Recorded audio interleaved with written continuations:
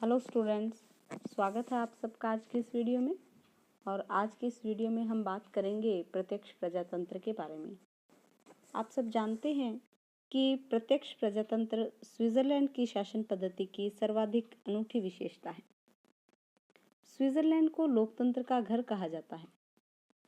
इसे सबसे पुराना लोकतंत्र भी कह सकते हैं, क्योंकि यहाँ लोकप्रिय शासन उस समय से चला आ रहा है जब विश्व के किसी अन्य भाग में लोकतंत्र का नाम भी नहीं था। हम सब ने लिंकन की बड़ी प्रसिद्ध परिभाषा सुनी हुई है कि जो प्रजातंत्र है ये वो सरकार होती है जो जनता की है, जनता के लिए है और जनता के द्वारा होती है। अमेरिका देखें, जापान देखें, फ्रांस, भारत या इंग्लैंड, यहाँ इन सभी जगह प्रजातंत्र या लोकतंत्र तो है, किंतु वो अप्रत्यक्ष है। इन देशों में जनता की सरकार है और जनता के लिए है, परंतु जनता के द्वारा नहीं चलाई जाती। प्रत्यक्ष लोकतंत्र का अर्थ है जहां जनता स्वयं विधियों का निर्माण करे और नीतियों का निर्धारण करे। स्विट्जरलैंड में प्रत्यक्ष के साथ साथ अप्रत्यक्ष प्रजातंत्र को अपनाया गया है। स्विट्जरलैंड को प्रत्यक्ष लोकतंत्र का घर कहा जाता है क्योंकि वहां उसका व्यापक प्रयोग होता है और जनता स्वयं वहां कानूनों का निर्माण एवं नीतियों का निर्धारण करती है। प्रत्यक्ष प्रजातंत्र के उपकरण यदि हम देखें तो स्विट्जरलैंड में प्रत्यक्ष प्रजातंत्र के 3 साधन हैं: लोकसभाएं, जनमत संग्रह और आरंभक। लोकसभाएं वह साधन है जिसके द्वारा स्विस नागरिक प्रत्यक्ष रूप से शासन कार्य में भाग लेते हैं, या इसका जो प्रयोग है वो कैंटोनों में किया जाता है।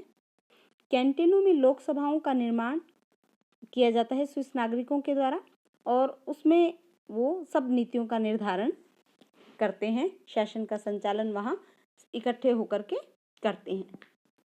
ये जो सभाएं होती हैं इनकी वार्षिक बैठकें होती हैं और उसी प्रकार से काम करती हैं जैसे कि व्यवस्थापिका।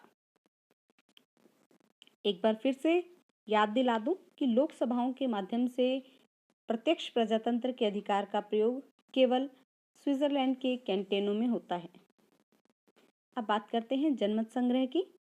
ये दूसरी विधि है जिसके द्वारा स्विस नागरिक अपने प्रत्यक्ष लोकतंत्र के अधिकार का प्रयोग करते हैं। इसका प्रयोग केंद्र व कैंटोन दोनों में ही होता है और इसके माध्यम से लोग प्रत्यक्ष रूप से देश के संवैधानिक या अन्य साधारण प्रकार के कानूनों पर अपना मत प्रकट करते हैं और इसके माध्यम से वो शासन कार्य में भाग लेते हैं। जनमत संग्रह 2 प्रकार का है: अनिवार्य और ऐच्छिक जनमत संग्रह। तीसरी विधि है आरंभक, जिसके द्वारा स्विट्जरलैंड के नागरिक प्रत्यक्ष लोकतंत्र के नागरिक होने के अधिकार का प्रयोग करते हैं। इसके माध्यम से लोग प्रत्यक्ष रूप से कानूनों के मसविदों को प्रस्तुत करते हैं और आरंभक का प्रयोग भी केंद्र और कैंटोन दोनों में ही होता है। तो ये जो तीनों तरीके हैं वो स्विट्जरलैंड में लोकतंत्र के माध्यम हैं। तीनों में से पहला लोकसभाएं, इसका प्रचलन केंद्रीय स्तर पर नहीं है। जनमत संग्रह और आरंभक का प्रयोग केंद्रीय स्तर पर किया जाता है और केंद्र के साथ साथ कैंटोनों में भी किया जाता है। अब हम देखते हैं प्रत्यक्ष प्रजातंत्र की सफलता के कारण क्या है, क्यों ये सफल हुआ है स्विट्जरलैंड में। इसके पहला कारण की यदि हम चर्चा करें तो वहाँ की भौगोलिक स्थिति। वहाँ की जो भौगोलिक स्थिति है वो भी एक महत्वपूर्ण कारक है, क्योंकि स्विट्जरलैंड एक छोटा सा देश है और इसकी जनसंख्या भी कम है। छोटा देश होने के कारण और कम जनसंख्या वाला जो देश है वहाँ इसका जो प्रत्यक्ष लोकतंत्र है उसका प्रयोग आसानी से किया जा सकता है, क्योंकि अब से पहले एथेंस में और यूरोप के जो नगर राज्य थे वहाँ प्रत्यक्ष प्रजातंत्र का प्रचलन था। तो जो नगर राज्य होते थे वो भी छोटे होते थे और वहाँ की जनसंख्या भी कम होती थी। तो ये भी एक कारण है स्विट्जरलैंड में प्रत्यक्ष लोकतंत्र की सफलता का, कि वो एक छोटा देश है। दूसरी यदि हम बात करें तो वो है स्विट्जरलैंड के नागरिकों का चरित्र। लोकतंत्र के लिए आवश्यक होता है कि जो नागरिक हैं वो चरित्रवान, शिक्षित और बुद्धिमान व व्यवहारिक होने चाहिए। स्विट्जरलैंड के साथ जो स्विट्जरलैंड के नागरिक हैं वो शिक्षित तो हैं ही, साथ ही में व्यवहार कुशल, जागरूक और कर्तव्यनिष्ठ भी हैं।